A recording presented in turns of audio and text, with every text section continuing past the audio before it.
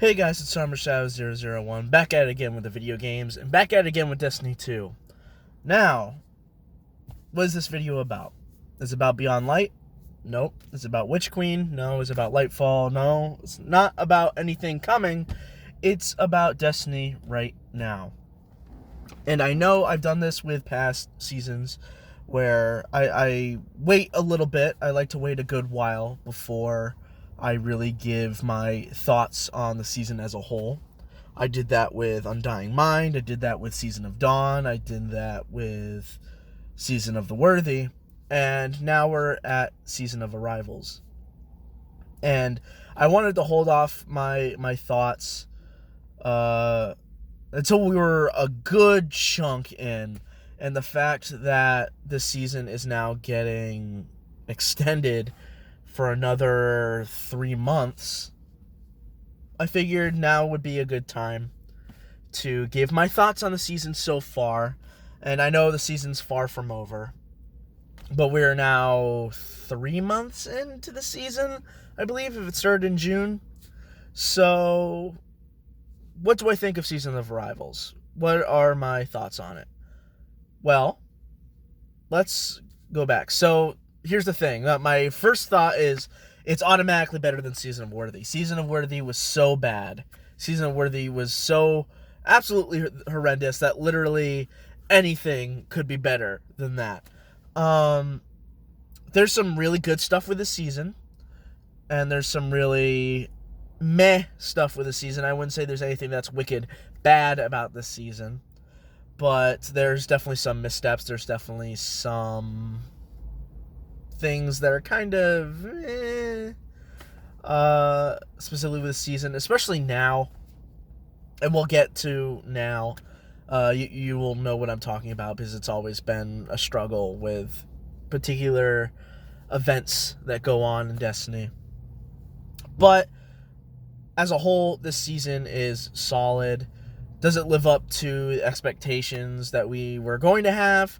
No, considering how well Season of Opulence was in the Forsaken timeline. I don't think anything will reach that level ever again because that was just so good and there was so much to do. But in this, there's still a good amount of stuff to do. But I'm starting to get to that point where it's a little bit repetitive. It's a little bit boring. It's becoming a little arduous.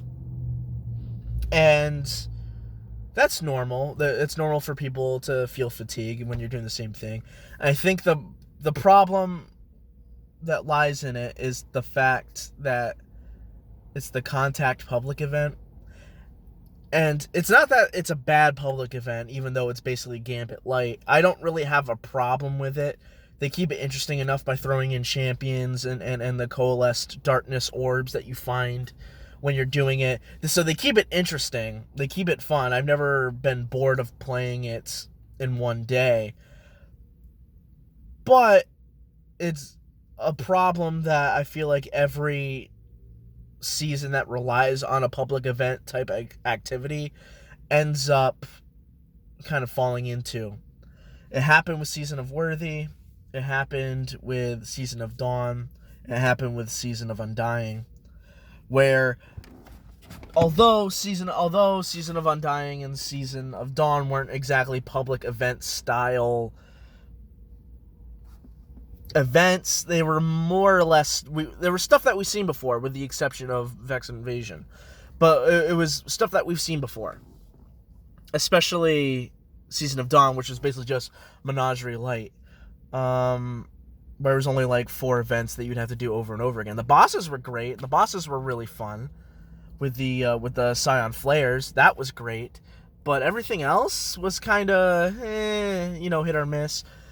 There was some good stuff, but there's that repetitive pattern that keeps coming with every season, and the fact that there's this thing, go do it to death because the whole season relies on this if you want to grind your power. Okay, fair enough. And the reason why it just kind of feels like that with Season of Arrivals, with Contact, with the interference missions, and specifically, I talk about the interference missions also as a good part and a bad part. And the fact that the bad part about the interference mission, I will just say, is the fact that it's the same 3 things recycled over 3 weeks. I don't like that. But the lore, the environments, the gameplay itself is fantastic. I love going to the Ascendant Realm and having it be basically the Dreadnought in Ascendant form. I love that. I love the lore that we get from the pyramid ships itself. I love the fact that we have pyramid ships invading the world. That is fantastic. There's absolutely fantastic stuff. The pyramid ships on the 4 destinations that are going to be going away in Beyond Light is absolutely awesome. And apparently we're getting a live event that's going to correspond with that. The Ruinous Effigy was absolutely awesome, and the exotics in general with the season have been fantastic. Not just power-wise, but in the fact they are extremely unique with the 2 exotics that we have, and eventually we're going to be getting a third in Traveler's Chosen, which was supposed to come out this week or last, but got pushed back because of the delay of Beyond Light. So now it's coming in September 4th or 8th, I believe. So, yeah, so there's a ton of good things. The Wither Horde, fantastic. Ruinous Effigy, fantastic, although the quest was okay. The lore with the darkness kind of trying to pull us towards the darkness powers that we're going to be using in Beyond Light. I love that fact. They really did put their all in this in terms of linking this with the big expansion, and I find that just awesome. Now, with the bad, let's talk about Solstice of Heroes right now. It's not fun.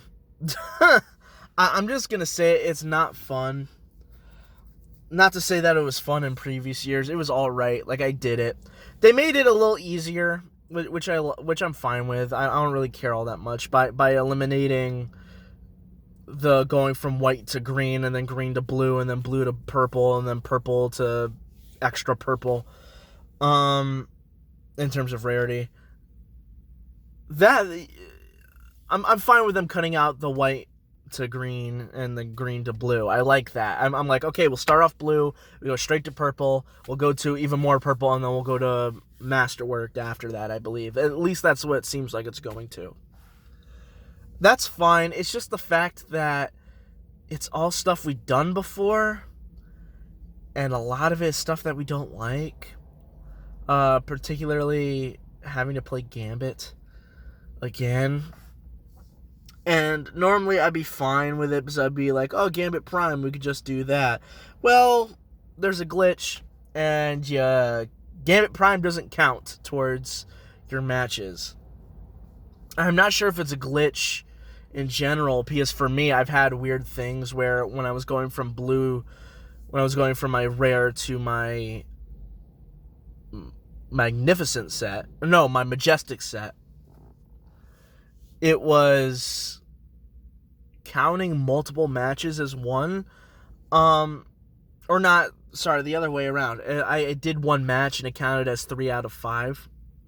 So I was like, oh, maybe it's rounds, but it's not. So I have no idea why that was a thing.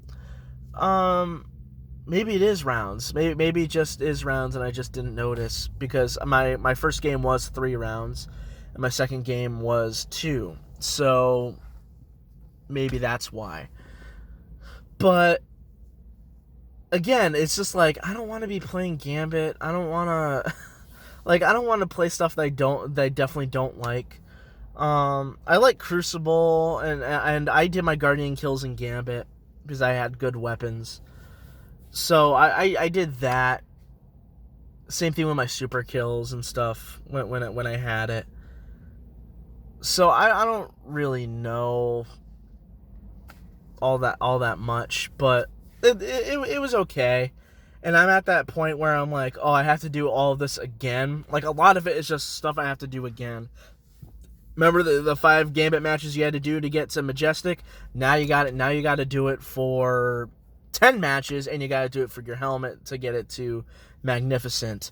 Remember getting, I believe it was something like 1,000 elemental orbs or something like that from anywhere. Now you got to do 3,000. Now you got to do arc final weapon blows. Now you got to do elemental final weapon blows. Now you got to do grenade kills. And remember how you had to do grenade kills in the AZ? Now you got to do grenade kills in strikes. Now you got to do ability kills anywhere in the system. And it just got too much to where I'm stopping, like where I'm just playing, where I play for like 4 or 5 hours. I'm just like, I'm nowhere close. I'm just like, eh.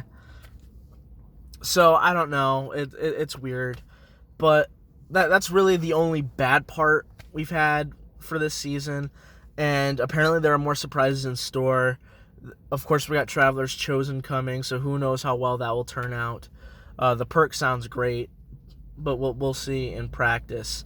But my initial thoughts on Season of Arrivals currently are initial thoughts. My thoughts on Season of Arrivals is it's solid. It could use some work, but it has me hopeful for what's coming in the future. It has me hopeful for Beyond Light. Will be coming in Beyond Light besides, Stasis. And how the world's going to continue to evolve for the next 3 years. I'm very interested. I'm happy. I'm definitely happy with this game. I'm glad we've gotten out of that kind of slump that the spring always leaves us in. And it's always been like that with Destiny. So, who knows? But anyway, that's going to do it for this video. Remember to like, comment, subscribe. And apagando las luces.